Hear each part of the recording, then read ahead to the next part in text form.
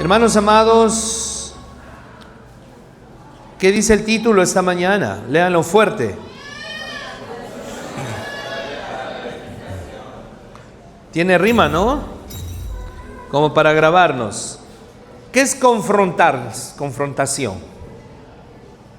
Alguien que diga, ¿qué será?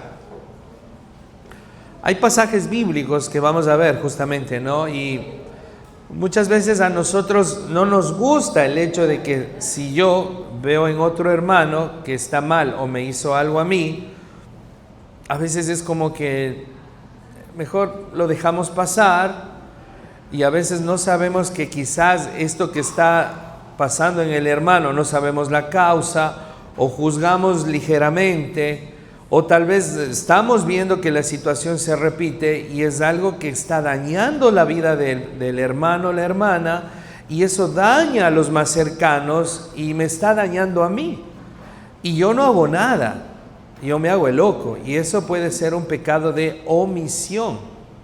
O sea, yo omito, yo evito, es que no quiero tener problemas, es que yo ya sé qué me va a decir, etcétera, etcétera, ¿no?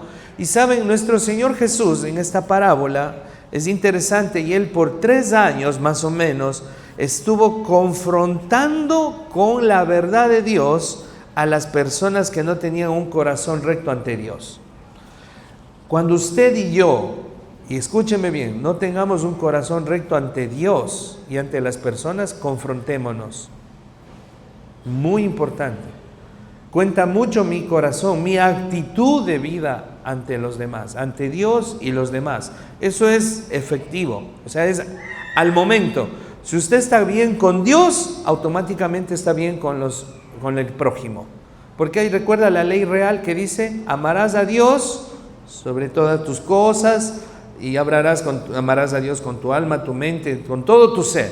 Y amarás a tu prójimo. Entonces es evidente, ¿no? Al decir que yo, y Primera de Juan nos dice esto también, capítulo 1, que si yo digo que estoy bien con Dios y no estoy bien con mi hermano, soy un mentiroso. Estoy en tinieblas, ¿ok? Ahora, la confrontación, vamos a analizar un poquito al principio. Vamos a Marcos 12, por favor.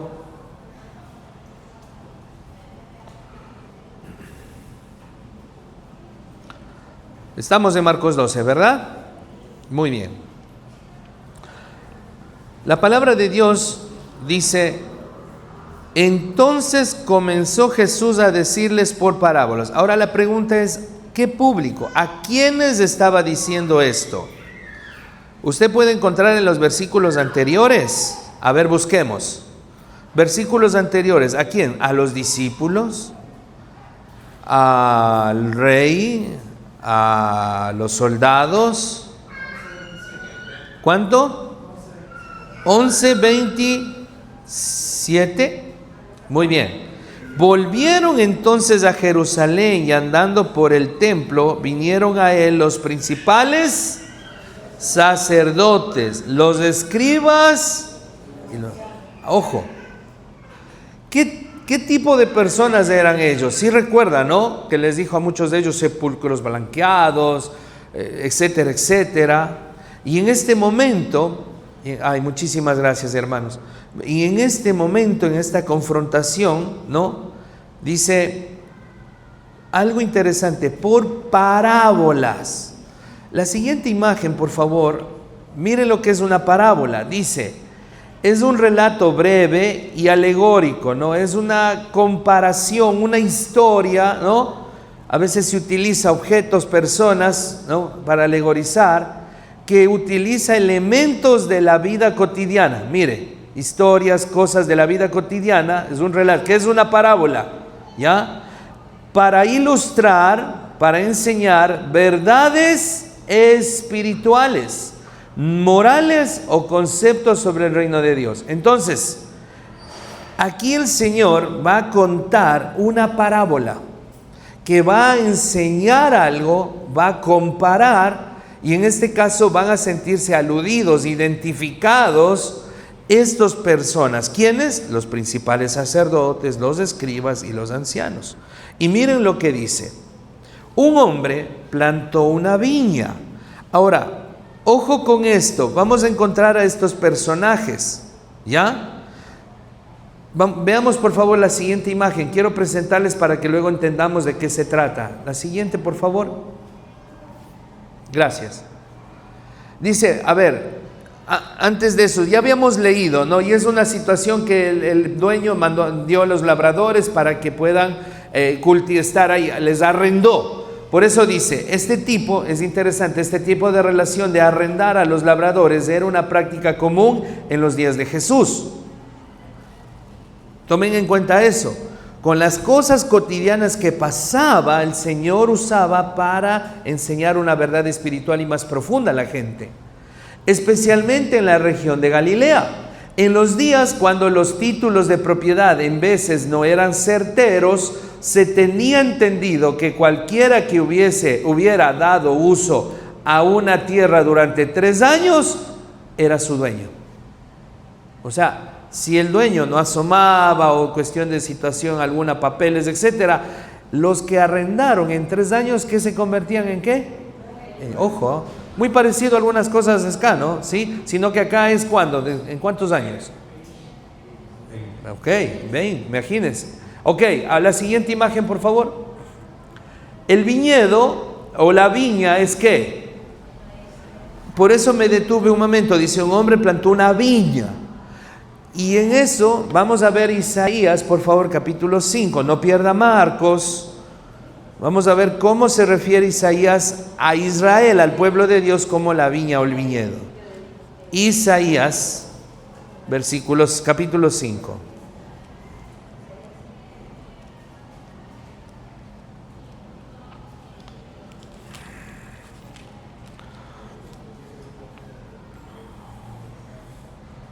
¿Estamos? Isaías capítulo 5, verso 1 al 7. Ahora cantaré por mi amado el cantar de mi amado a su viña.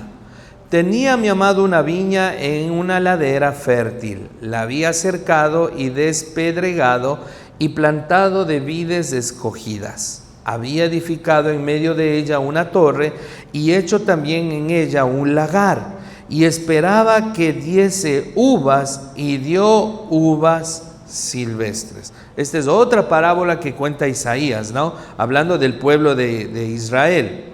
Ahora pues, vecinos de Jerusalén y varones de Judá, juzgad ahora entre mí y mi viña. Eso está hablando Dios ahí a ellos.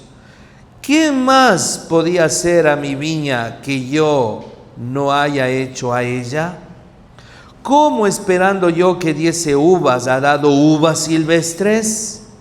Ahí sería de estudiar esa diferencia, ¿verdad? Quizás esas son agrias, feas, las otras, las buenas, eran dulces, agradables, ¿no? 5. Os mostraré pues ahora lo que haré yo a mi viña. Le quitaré su vallado y será consumida. Aportillaré su cerca y será hollada. Ya no va a tener los soportes, es como una guía, ¿no? Como ¿cuál es la que se guía así? La chocha, ¿no es cierto? ¿Qué más? Bueno, hay algunas que la maracuyá, algo así. Iba a quitarle todo eso y hollada es pisoteada. Eso iba a pasar con el pueblo de Dios. Haré que quede desierta, no será poblada ni cavada, y crecerán el cardo y los espinos, y aún las nubes mandaré que no derrame lluvia sobre ella. Ciertamente la viña de Jehová de los ejércitos es la casa de Israel, y los hombres de Judá planta deliciosa suya. Esperaba juicio y aquí vileza, justicia y aquí clamor. Entonces, cuando el Señor Jesús toma el tema de la viña o el viñedo, ¿está hablando de quién? ¿Del pueblo de quién? De Israel. Del pueblo de Israel. Ojo con esto. Entonces, avancemos por favor. La siguiente. Por eso, Israel y el viñedo representan como un todo el pueblo de Dios. En este caso, está hablando del pueblo de Israel, que no podemos aplicar a nosotros como el pueblo de Dios, sí, de alguna manera. Los siervos, vamos a ver por favor, en Marcos. Vamos a encontrar estos personajes que están acá. Marcos 12. Les dije que ustedes no pierdan y hoy lo perdí. Ya está, aquí está, ¿ok? Vamos a ver en Marcos, ¿ya vio Marcos 12? Permítame acá, por ejemplo, cuando habla de los siervos, ¿a quiénes se va a referir? ¿A qué dice acá? Conmigo lea, ¿a quiénes? Bien, cuando dice profetas, el hombre que plantó, ¿quién? Dios, el Padre, no es Lev, el Padre. Siguiente, la viña, la nación de Israel que ya vemos, los labradores, ¿quiénes son? Los príncipes. Recuerdan, no todos ellos, los príncipes religiosos, los que ahí les estaba hablando. ¿Y el hijo quién es? Entonces ahí está como una comparación para entender mucho mejor. Por eso vamos a seguir leyendo.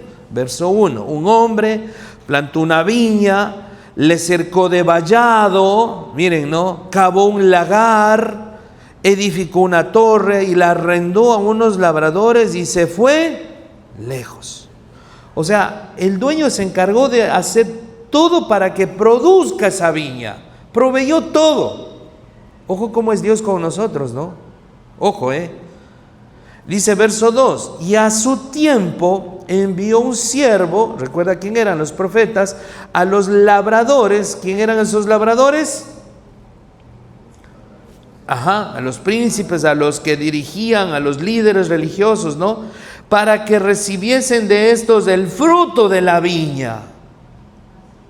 Mas ellos, tomándole, le golpearon, o sea, miren, a los siervos de Dios, y le enviaron con las manos vacías. Pausa. Dios siempre va a esperar de nosotros correspondencia en fruto, en alabanza, en obediencia, en servicio. ¿Me hago entender? No podemos solo estar recibiendo de Dios tanto y todo y no dar al Señor. ¿Qué es lo que el Señor le pide a usted? ¿Qué es lo que a usted nos falta a veces dar más al Señor? Usted considere de forma personal, ¿no? Y qué confrontación que les hace a ellos, porque lo hicieron antes y también lo estaban haciendo ahora. Porque en Isaías eran otros líderes, otros hombres de Dios y mujeres que no hacían lo que a Dios le agradaba y no había fruto en su vida. Versículo 4. Volvió a enviarles otro siervo, pero apedreándole le hirieron en la cabeza y también le enviaron afrentado. Volvió a enviar a otro, y a este mataron, y a otros muchos, golpeando a unos y matando a otros. Eso pasó con los profetas, recuerda esto, ¿no? Unos siervos tras otros. Si usted va leyendo en la historia de Israel, muchos pasó esto. Por último, teniendo aún un hijo, ¿recuerdan a quién representaba? A nuestro Señor Jesús. Dice, un hijo suyo, amado, lo envió también a ellos diciendo, ¿tendrán respeto a mi hijo? Mas aquellos labradores dijeron entre sí, este es el heredero, venid, matémosle y la heredad será nuestra. ¿Sabe qué estaba haciendo el Señor Jesús? Profetizando lo que le iban a hacer a él.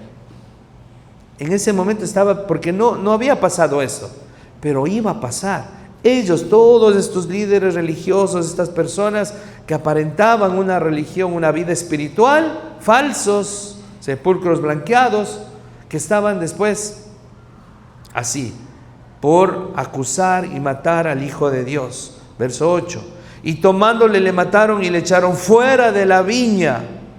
¿Qué pues hará el Señor de la viña? Vendrá y destruirá a los labradores y dará su viña. ¿A quién? ¿Y sabe de alguna manera a quién dio?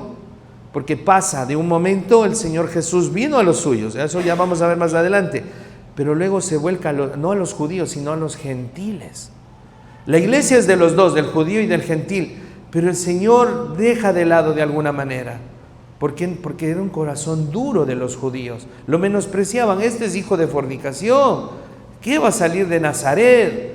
Recuerden cómo lo trataban los religiosos, no veían. Por eso recuerde esto, no mire la apariencia en un hijo y un siervo de Dios. No es lo primero eso. Mucho cuidado.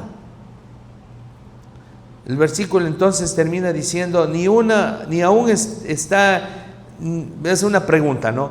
Ni aún esta escritura habéis leído, la piedra que desecharon los edificadores ha venido a ser cabeza del ángulo. ¿A quién se refiere? A Jesús. Pedro habla de esto, ¿no? 11. El Señor ha hecho esto y es cosa maravillosa a nuestros ojos. Verso 12. Y procuraban prenderle, porque entendían, mire, vea, nada, ni un pelo de tontos, ¿no? Entendían que decía contra ellos aquella parábola. Pausa. ¿Saben por qué también? Porque ellos también recordaban Isaías. Ellos sabían perfectamente de qué se trataba. Y vuelve el Señor a repetir parte de lo que fue Isaías acá. Pero temían, mire el temor que tenían estos, pero temían a la multitud y dejándole, se fueron. Entonces, algunas consideraciones en cuanto a esto, de cómo el Señor confrontó. La Biblia dice, corrige al sabio y te amará. Confronta al sabio, te amará. Corrige al necio y te odiará. La pregunta es, ¿usted es sensible a ser corregido o le cuesta? Nos cuesta el orgullo, somos cabeza dura, somos soberbios. ¿Cómo somos? Y otro aspecto, ¿usted se atreve a dar ese paso en oración, con la palabra de Dios en amor y misericordia, considerándose a usted mismo, hablar con otros de la situación que está mal, su hermano, su hermana? ¿Cómo está ese tema? Qué importante es ayudarnos. Mire, por eso en algo práctico, por favor, vamos pasando a las imágenes que vienen. En Mateo 15:24 dice que él respondió y dijo, no soy enviado sino a las ovejas perdidas de la casa de Israel. Eso es lo que decía el Señor en un momento. Pero luego, en Juan 3:16 viene y dice, porque de tal manera, ¿me ayudan? Amó Dios al mundo, para que todo aquel que en él cree no se pierda. No solo amó a los judíos, amó al mundo. De hecho, tenía un plan específico con los judíos. Ellos le resistieron al Espíritu Santo, al Señor Jesús. Ya saben que ¿no? Como está ahí, está claramente como le acusaban, le menospreciaban, se opusieron, etcétera. Bueno, ¿sabe? Le digo algo. Muchas veces nos dicen las cosas una y otra vez o varias personas y a veces somos cabeza dura. Tenga cuidado, porque va a haber un momento donde nadie más nos va a decir nada y solos nos vamos a ir perdiendo o haciendo las cosas mal y va a haber consecuencias. Empiezan entre nosotros, en los esposos, padres, hijos, hijos, padres, porque conocemos nuestros pecados, nuestra condición espiritual, emocional, física, lo que sea, económica. Y si no hay otro más que nos ame que los que es más cercanos, ellos son los que nos ayudan, nos quieren bendecir. Vamos a avanzar. Nada queda cuando Cristo es rechazado. Nadie más puede ser enviado. El mismo cielo no contiene mensaje más por ofrecer. Si Cristo es rechazado, la esperanza, la gente no va al infierno por pecadora, va por incrédula. Juan 3:36 dice, el que cree en el Hijo tiene vida eterna, pero el que rehúsa creer en el Hijo de Dios, en el Hijo verá la ira de Dios. Entonces, amados, tomemos en cuenta eso, por favor, y espero que todos aquí, los presentes, tengan a Cristo bien claro en su corazón. Por favor, avancemos un poco más. Hablando de la confrontación, 3 años de batalla espiritual, estas palabras llevaban profundas cortadas. Las que les acabó de decir a ellos, ¿cuántos de ellos no debían haber reconocido su hipocresía, su religiosidad, todo eso que vivían? Pero no lo hicieron. Anunció cada paso lo que iba a hacer, profetizó, todo se completó en el 70 después de Cristo, cuando Tito destruyó a Israel. Si usted estudia la historia, 70 años después de la muerte de Cristo, Tito, el rey, uno de los romanos, de estos emperadores, arrasó. Quedó, como decía en la viña, pisoteada, hollada, nada parado, destruido totalmente. Tremendo. Que Dios nos guarde como hombres de Dios, como la familia. Lo que Satanás hace es eso, ¿no? Destruir, matar, hurtar, robar. Y que Dios no permita que nuestra carne, nuestro orgullo, no nos deje reconocer nuestros pecados para poder ser sensibles a Dios y mejorar siempre. Cada día no es una lucha. Avancemos. La Biblia aborda la confrontación no como un acto de agresión, sino como una herramienta de restauración, verdad y paz. Cuando alguien le vaya, algunos molestan y dicen, por favor, por ejemplo, yo digo, hermano Brian, por favor, después puede venir a mi oficina. ¿Saben qué hacen todos? ¿Qué hacen? Así es, pero nada que ver. El pastor te llamó a la oficina, chao, ya. Nada que ver. Y ese trauma a veces que tenemos, ¿no? Sí me hago entender, es algo como que, no, el pastor dijo que iba a venir a la casa. Esposa del pastor viene a la casa, ¿qué hicimos ahora, no? Y nos sentimos perseguidos muchas veces, o evitamos este tipo de situaciones, ¿no? Ojo, si yo le llamo, le quiero visitar o le llamo a la oficina, no va a ser siempre para poder confrontar, es para conversar, para verle, escucharle cómo está, porque me preocupa que usted esté bien, amén. Ok, no lo tomen así muchas veces, y son escandalosos algunos, ¿no? Tremendo, avancemos.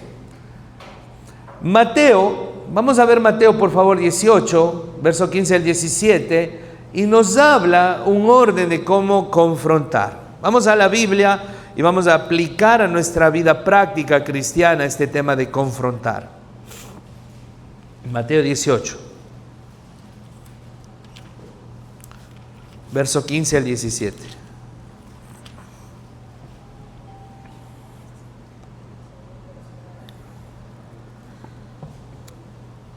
Lo tenemos, ¿no? Por tanto, si tu hermano peca contra ti, ve y repréndele estando tú y él. Si te oyere, has ganado a tu hermano. Pausa. Cuando usted le pasa algo con alguien, con quien sea, ¿qué tiene que hacer usted? Callarse y hablar de él mal a otro. ¿Eso dice la Biblia? Ojo, y eso hacemos algunos. Oye, ¿tú le viste? ¿Qué le pasa al hermano? Oye, ¿no saludó? Yo le saludé. ¿Por qué tiene que decirle al otro hermano cuando la Biblia dice que usted tiene que ir donde el hermano y preguntarle? Y no ir pensando mal, orando y decir, voy a preguntar qué pasó, porque a mí me parece que es contra mí, pero nada que ver, que a veces venimos mal, podridos, en pecado, preocupados, angustiados y todo, pero por otras situaciones y a veces no somos conscientes de alguna situación, aún de saludar, de corresponder, escuchar una conversación. ¿No le ha pasado eso alguna vez? En el trabajo, en nuestros hogares, ¿nos ha pasado o no? Dígame que no, siempre. Pero ¿qué hacemos muchas veces? Es como no estar en el orden debido de confrontar, de hablar, de tratar. Y ojo con esto, usted a solas con la persona, verso 16, mas si no te oyere, toma aún contigo a uno o a dos, para que en boca de 2 o 3 testigos conste toda, y esa es otra cosa, ¿no? Yo ya fui y hablé, pero no, o sea, dice que pasa nada, pero no cambia de actitud.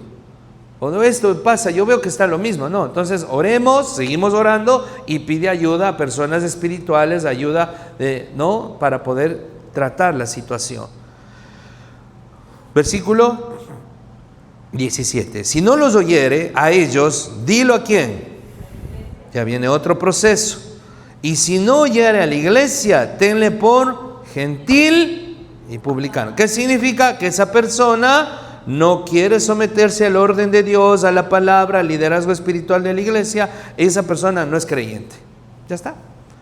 ¿Ok? Queremos comunicar, tal hermano, habló tal hermano, se habló los líderes y estamos comunicando a la iglesia que no, tal persona no quiere, dice que no acepta, está en ciertas situaciones, bueno, consideramos que no es creyente y de hecho no ha venido, no da la cara, etcétera, etcétera. ¿Estamos de acuerdo? Amén. Entonces yo le ruego, si alguna vez alguien entre nosotros, ¿qué es lo mejor? O sea, de hecho muchas veces decimos, le voy a decir al pastor, no tiene que hacerlo siempre, debe orar y sabe, en vez de ganar, usted piensa que va a ganar un enemigo, a lo contrario, el Señor le va a bendecir con un verdadero amigo. Porque ya vamos a ver cómo Dios nos marca esto de confrontar y las bendiciones que es, ¿no? Por ejemplo, Efesios 4:15 exhorta a hablar la verdad, ¿qué? En amor, equilibrando la honestidad con la compasión para que el cuerpo de Cristo crezca unido. Vamos a Efesios 4:15. Efesios 4:15, por favor.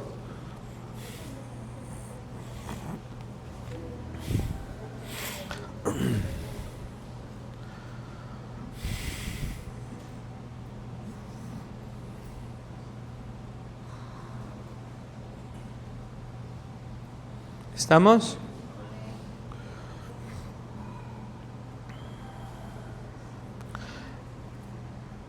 Efesios 4:15 dice, vienen los versículos, por ejemplo, versículo 14, para que ya no seamos niños fluctuantes, o sea, gente inmadura, hace esa comparación a los niños que son muy variables, inmaduros, ¿no? etcétera, llevados por doquiera de todo viento de doctrina, por estratagema de hombres que para engañar emplean con astucia las artimañas del error, sino que siguiendo la verdad. Pausa. ¿Dónde está la verdad, hermanos? En Cristo. ¿Quién más? Él es la verdad. ¿Dónde está la verdad?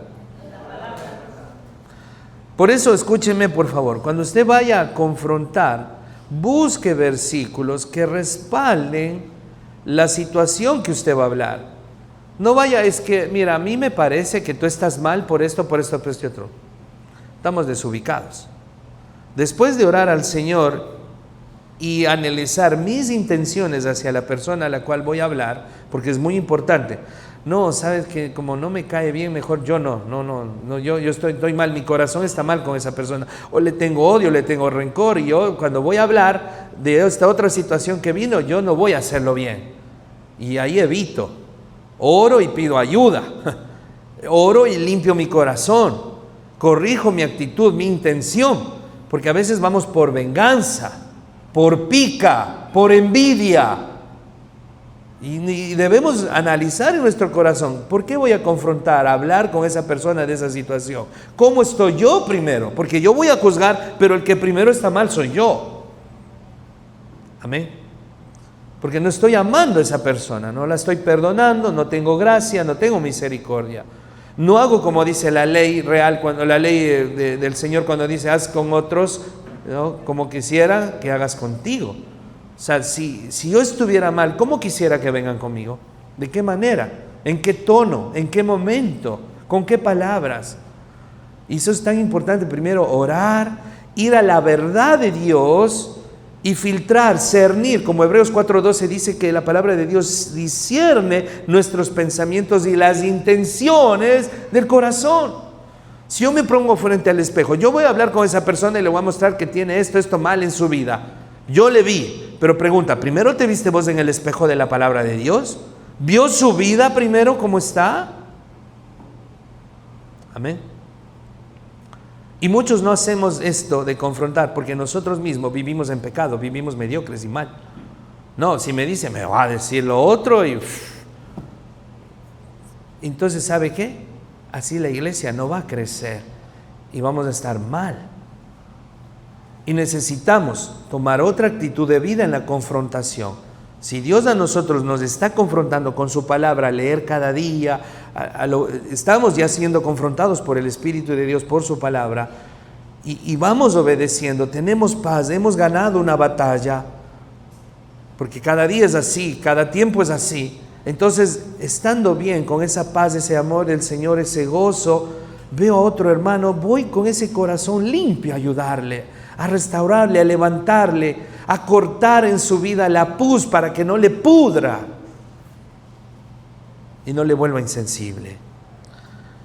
Siguiendo la verdad en amor, crezcamos en todo en aquel que es la cabeza, esto es Cristo. Entonces, la idea es que yo toco la guitarra, yo discipulo, yo predico ya, ojo, ¿no? De los que estamos y los otros, no, ¿sabe qué pasa?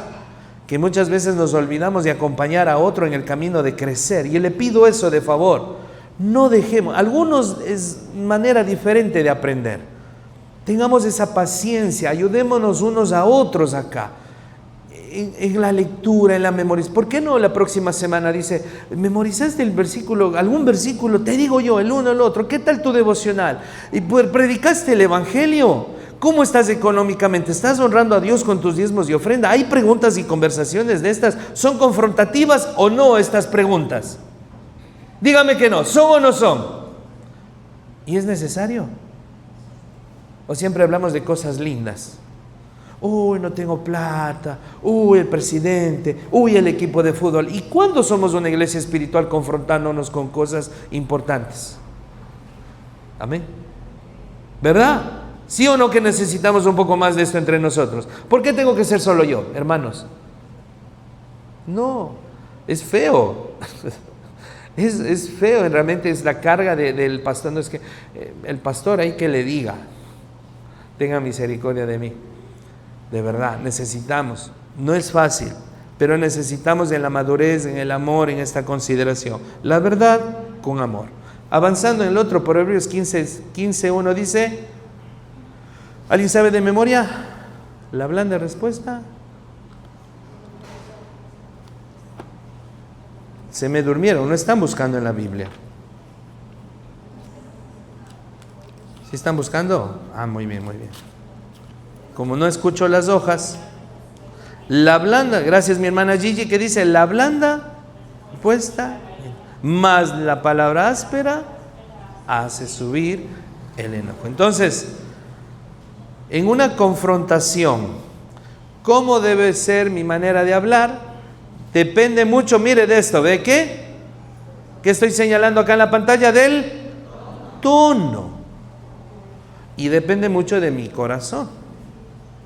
¿Correcto? Ojo, escuche, cuando vaya a ayudar a otra persona a confrontar algo, busque el momento y el lugar adecuado. Ojo con el tono. Prepárese, no es que usted, somos impulsivos algunos, vio algo y los que somos coléricos, impacientes, oremos, pensemos bien, investiguemos, vayamos a la Biblia, pidamos un consejo sin que alguien sepa de quién se trata y luego vaya preparado, preparada a ser de bendición al hermano y a la hermana. Amén. ¿Y sabe qué va a pasar? Que si usted hace eso, algún día sabe que esa persona va a hacer eso con usted, no le va a dejar caer, o si le va a haber caído, le va a levantar. Qué hermoso tener amigos de verdad y hermanos en Cristo, verdadera familia espiritual, en buenas y malas. Y muchos más necesitamos cuando estamos mal, cuando estamos en pecado, cuando estamos duros de cabeza y de corazón, porque muchas veces nos va a pasar a nosotros. Tome en cuenta eso. Terminando, la siguiente dice, la actitud correcta. Quienes son espirituales deben restaurarle, dice, con mansedumbre y humildad. ¿Recuerdan no? Gálatas 6, cuidando de no caer ellos mismos en la tentación. Gálatas 6:1, vamos a ir leyendo esta, ya leímos, ¿no? Pero la siguiente, por favor. Versículo para memorizar. Proverbios 27:6. Fieles son las heridas del que ama, pero importuno los besos del que aborrece. Antes de este versículo, veamos Gálatas 6:1. Ahí me equivoqué y volví a repetir otros. Gálatas 6:1, por favor. Sí es importante leer este último versículo. Ese no lo leímos, los demás sí.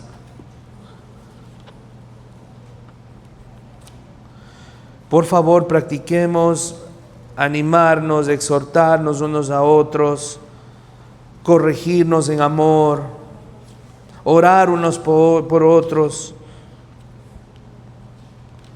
Gálatas 6:1. Póngase de pie, por favor. Vamos a leerlo todos juntos. Gálatas 6:1. Y estamos terminando ya esta mañana el mensaje.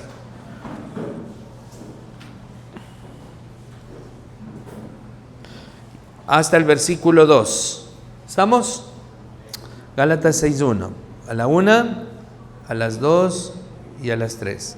Hermanos, si alguno fuere sorprendido en alguna falta, vosotros que sois espirituales, restaurale con espíritu de mansedumbre, considerándote a ti mismo, no sea que tú también seas tentado. Sobrellevad los unos las cargas de los otros y cumplid así la ley de Cristo. Amén. El versículo de memorización, Proverbios 27:6. Fieles son las heridas del que ama, pero importunos los besos del que aborrece. Proverbios 27:6. En la vida nos lastimamos por ser desobedientes, no ir en caminos correctos, no hacer lo que debemos, no usar las cosas debidas. Y a veces esas lastimaduras por nuestra causa, o quizás otros nos lastiman, producen en ciertos lastimados y heridas pus. Y si nosotros no somos capaces de limpiarnos y limpiar y quitar esa pus, habrá otro que sí nos ayude y va a decir: perdóname lo que voy a hacer, pero te amo. Y corta, alguna vez ya lo dije esto, no sé si fue la semana anterior, que es necesario. ¿Por qué? Porque llega un punto de pudrición con la materia, con la pus, que llega a perderse la sensibilidad. Mata nervios, va pudriendo todo. Y luego es tarde y corta la extremidad, corta alguna parte de nuestro cuerpo y es peor. Hay que a veces confrontar a tiempo, hay que herir con amor. No siempre. No es que siempre usted fíjese en todos lo malo y vaya cortando, ¿no? ¿Qué le van a decir, hermano Estilete? No, claro. Porque a veces podemos tener esa actitud negativa de ver en todos lo malo todo. No, primero vea lo bueno, disfrute del amor en Cristo, pero a veces necesitamos hacer esto. La confrontación es necesaria para la edificación. Amén. Ya hemos visto estos detalles. Vamos a orar. Amado Dios, gracias por su palabra. Usted nos enseñó a confrontar con la verdad. Usted veía la actitud del corazón de la gente, Señor. Ayúdenos a percibir, a ser sabios y primero ver cómo está nuestro corazón, nuestras intenciones hacia nuestros hermanos, nuestros prójimos. Ayúdenos a siempre ser confrontados con su palabra, al leerla cada día, al meditar en ella, al ver en ella ese espejo que necesitamos considerar cómo está nuestro estado de vida total. Y reconocemos que habrá siempre algo por mejorar, por cambiar, por corregir, y otras cosas por seguir haciendo y avanzar. Padre, y nosotros confrontados por usted en esa comunión íntima, viviendo en santidad, en amor, en paz y en gozo suyo, ayúdenos a no dejar otros atrás o algunos caídos. Ayúdenos a amarlos, a levantarlos, a extenderles la mano, a confrontar quizás, a animar, quizás es abrazar, quizás es solo escuchar. Ayúdenos a ser parte, primero en nuestros hogares. Ahí mostrar ese amor verdadero, esa confrontación, esa ayuda, esa misericordia. No permita, Señor, que dejemos uno atrás. No permita que dejemos a alguno caído. Que hagamos lo posible y usted hará lo imposible en el corazón de aquella persona que amamos. Gracias por nuestra iglesia. Ayúdenos siempre a tener esa actitud, a tener esa obediencia en confrontarnos, en amarnos, en animarnos, en verdad, en amor, en el nombre de Jesús. Amén. Amén.